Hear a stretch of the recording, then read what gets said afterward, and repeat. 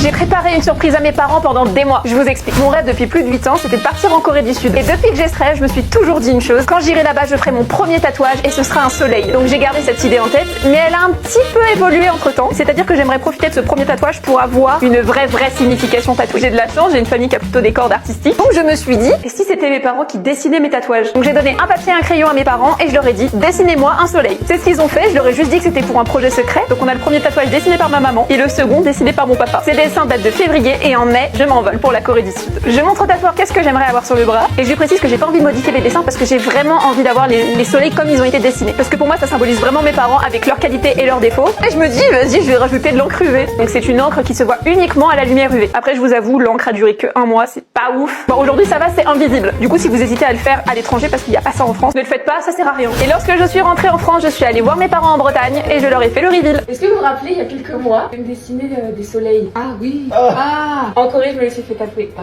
ouais. Voilà. Super.